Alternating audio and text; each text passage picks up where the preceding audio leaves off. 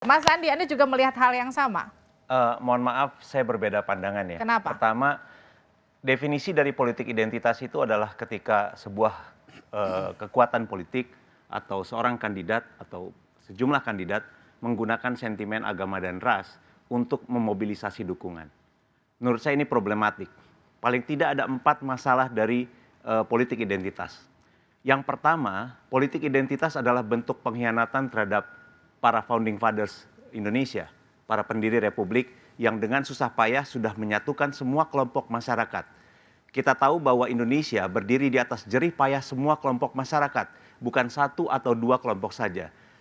Yang kedua, dalam konteks politik hari ini, politik identitas memperburuk situasi atau mengancam kohesivitas sosial masyarakat karena dia akan membuat masyarakat semakin terbelah-belah. Kita tahu kita punya masalah dalam soal polarisasi politik.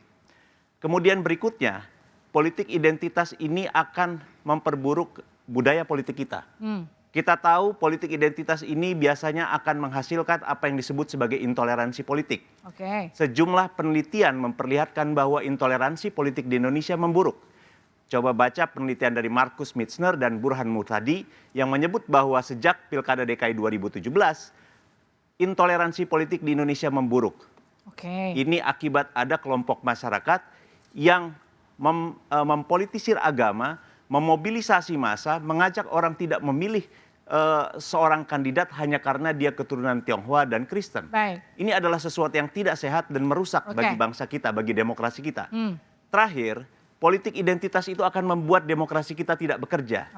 Karena pada dasarnya dalam politik atau dalam demokrasi yang sehat, masyarakat atau pemilih itu memilih seorang kandidat atau partai politik berdasarkan program apa yang mereka tawarkan kepada masyarakat untuk memecahkan persoalan kita sehari-hari. Bukan untuk atas dasar sentimen agama yang membuat mereka tidak bisa berpikir dengan jernih ketika berada di kotak suara.